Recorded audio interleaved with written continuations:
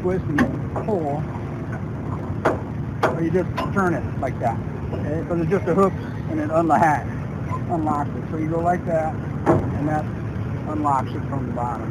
You see it operating. Now you can let go of the lock, and then the hydraulic brings it all the way down, and then you unfold it.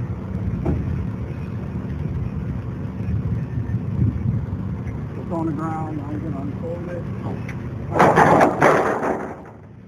Unfold it. You stand on it, put your load on, and then go up.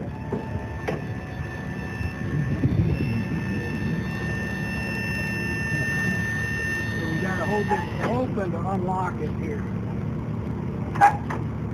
Go all the way up. You got to go down. So now we're going to fold it back up.